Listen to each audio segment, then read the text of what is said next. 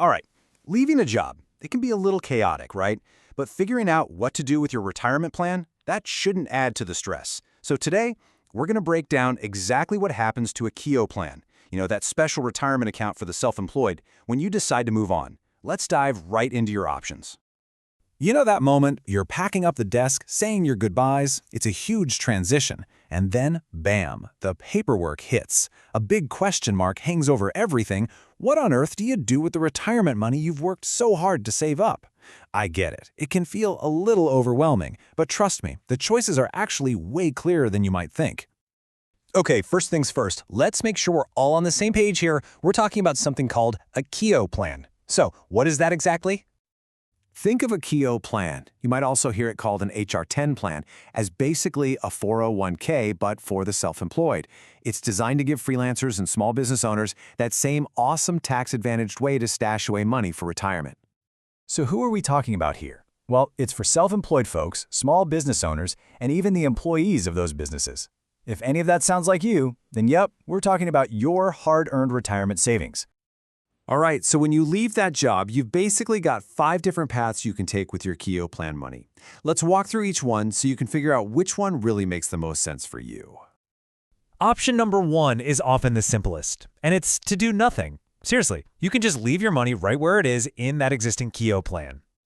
Now, leaving your money where it is sounds easy, but there's always a trade-off, right? On the plus side, it keeps growing tax-deferred, which is fantastic.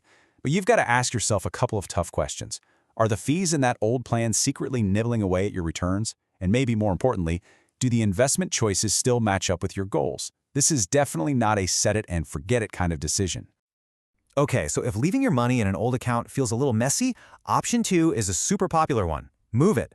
This is called a rollover, and it's all about consolidating your savings and just making your financial life a whole lot simpler. The process itself is actually pretty straightforward. First, you pick a destination. That could be an IRA or maybe your new job's retirement plan. Then you get the ball rolling with the plan administrators. But listen up, because here's the single most important tip I can give you. Always, and I mean always, choose a direct transfer. That means the money goes straight from the old plan to the new one. It never even touches your personal bank account. And that one simple move can save you from a massive, massive tax headache. All right, option number 3. This one's for anybody out there who really values security and, predictability. You can actually convert your Keogh plan into something called an IRA annuity. Think of it like creating your own personal pension. So what's the big win here? It's a guaranteed paycheck for life. It doesn't matter if the stock market is going up, down, or sideways, you know that money is going to be there. That's some serious peace of mind. Plus, you get a lot of flexibility on when you actually decide to turn that income stream on. And that brings us to option 4, cashing out. This means exactly what it sounds like, taking all the money out right now. And look, I'm just going to be direct with you. This is almost always the one option that financial experts will tell you to avoid. Why? Because cashing out comes with some serious financial pain. First off, the entire amount gets taxed as regular income, which could easily bump you into a much higher tax bracket for the year. Ouch! And if you're under age 59 and a half, the IRS is going to slap you with an additional 10% penalty right on top of that. It's a very costly choice. Okay, last but not least, there is a 5th option, but there's a catch. This one's only for a very specific group. If you're leaving your job, but you're going to stay self-employed, you might be able to just keep putting money into your existing plan. Now, this isn't a sure thing. It totally depends on the specific rules of your particular plan. You're going to have to dig in and read the fine print to see if it's even allowed. Frankly, you might even find it's just easier or better to start a brand new self-employed retirement plan from scratch.